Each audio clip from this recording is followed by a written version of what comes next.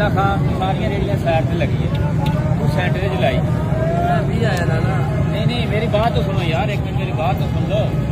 पहले तेरे जुर्माने किए हैं अफसरों ने, लेकिन तू बात क्यों नहीं आ रहा? यार मैं तो अभी आ चुका है लाला, मैं तो आता ही नहीं। अभी आके खड़ा है, तो अभी आपको जुर्माना हो जाए तो फिर क्या करोगे? चले कितने वाला उसको परेशानी नहीं है यार।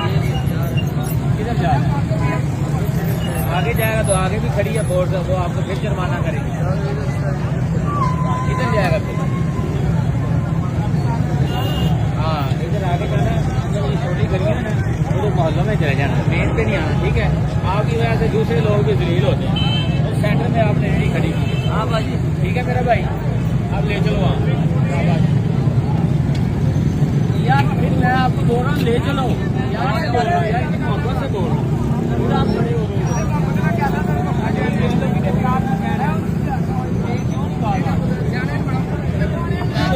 बात